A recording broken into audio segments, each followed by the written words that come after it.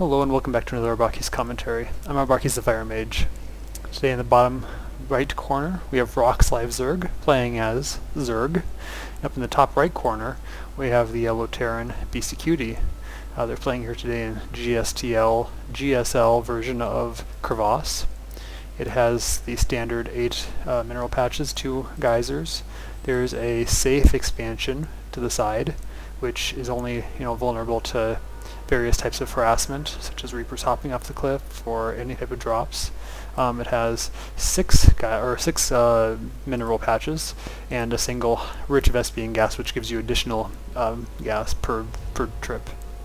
There's a more natural expansion out front, has 7 mineral patches and 2 normal geysers, but it's a little bit more vulnerable because instead of having this initially narrow ramp and perhaps a wide ramp if your opponent were to take it down, or if you do, instead this second natural expansion has a very open multiple paths of attack towards it, even with one side being blocked by rocks. So if you progress to the point where you want to use all 3 bases, you can either rush there quickly and just defend one side with keeping a lookout down here, or you could probably take the more standard approach right now and just secure your first base and your backdoor expansion, and then just stay on that for a while.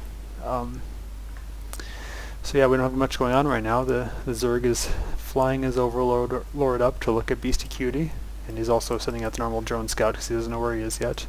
And Beastyqt is just playing in the dark. He doesn't have anybody scouting out yet.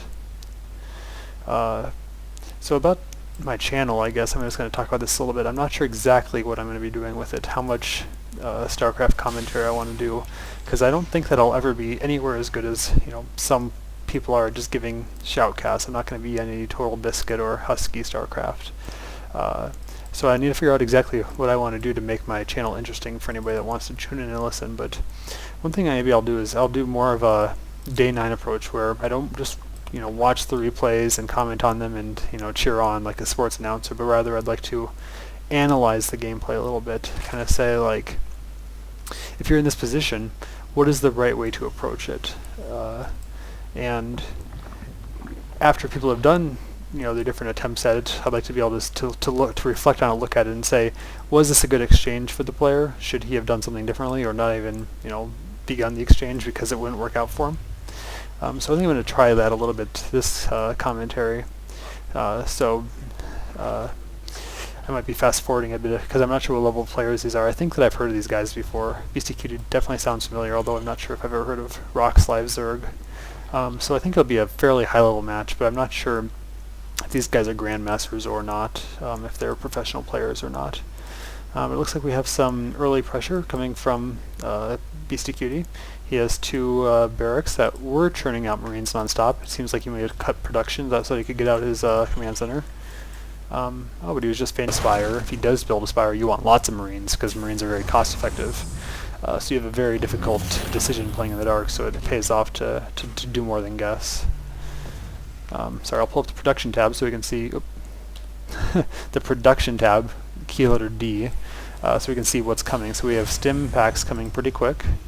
We have just pumping Marines and SCVs. Must have a 3rd command center up here. Yep, there he does.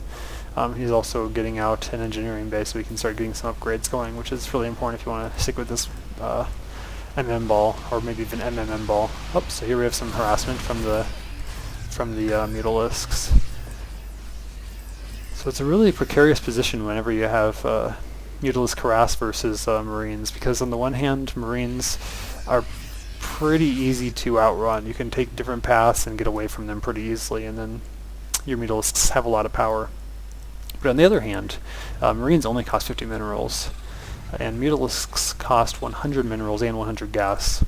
So if we treat 1 mineral the same as 1 gas, say that they're about the same value, you have to trade 4 Marines. You have to kill 4 Marines to get your money's worth from 1 Mutalisk dying.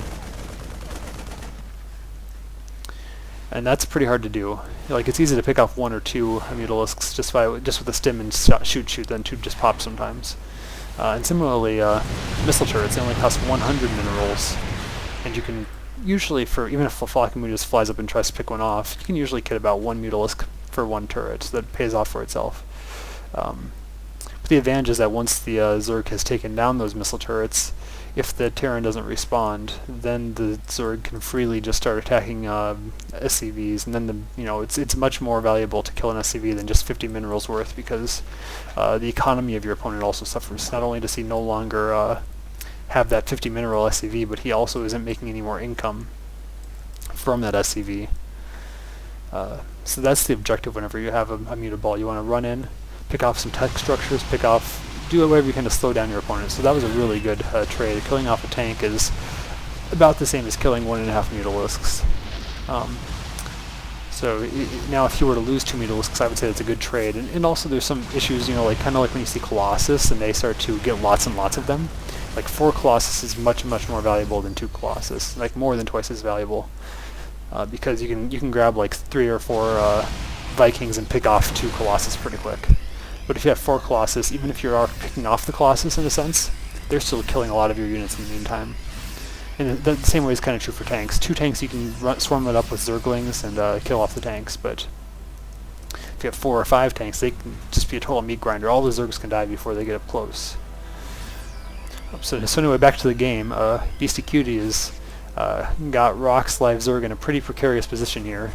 If you think about the math, he'd have to kill 4 Marines to trade off for each of these mutalisks.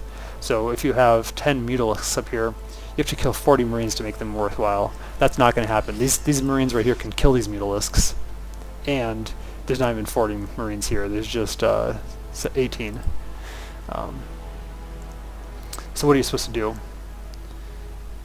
Well, one option is definitely to leave these mutalisks here and just leave them out of the way for a while. With all these Marines in the back right now, the front is completely exposed.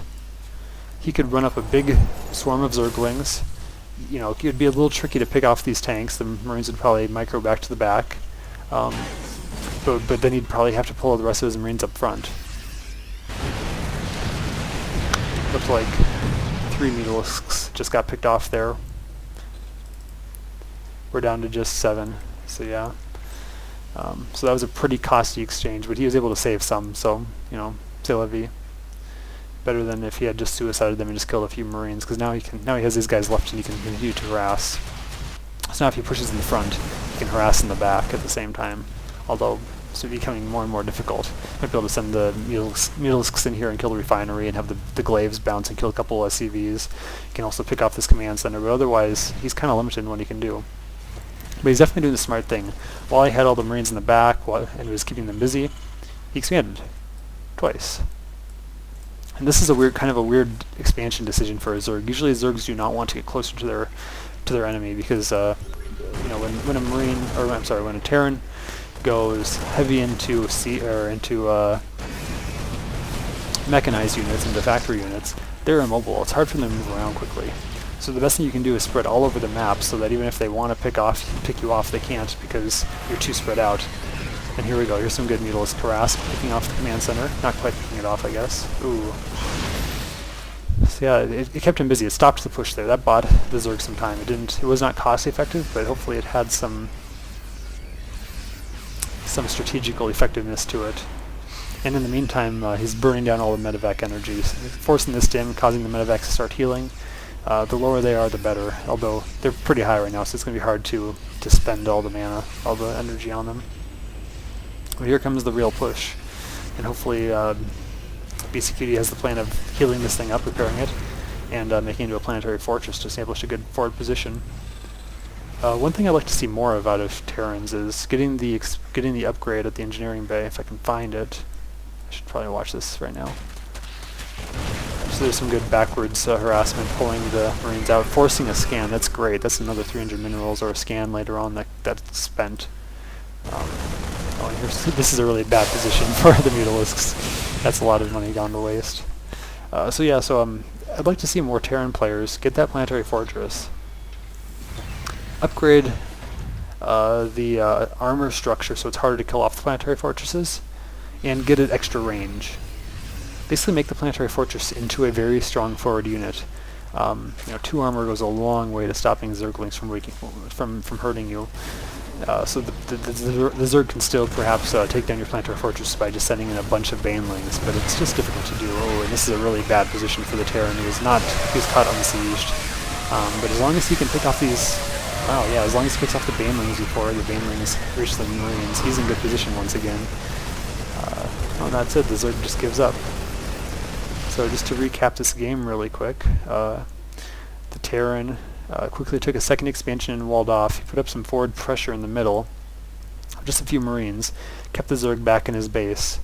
Zerg made some attacked a Mutalisk quickly with his fire, harassed a bit, but was not effective with the harassment. He kept sending in the Mutalisks to die over and over, and the Terran had Beastyqt just had excellent control of his Marines. He was able to split them up so that all the parts of his base could be protected, and trade them in cost-effective manners. So even though the Zerg had superior base count, superior mining, I think, for most of the game. Let's see how it was at the end. So at the end they ended up with similar amounts of mining units, plus the Terran had mules. So it wasn't the economy was not strongly in the Zerg's favor, but the Zerg just was under upgraded, and he did not have the proper response to the Terran. He kept failing to harass, and if the Terran doesn't get successfully harassed, if he can build up this big strong ball, then that's game. Alright, so thanks for watching, and we'll catch you next time.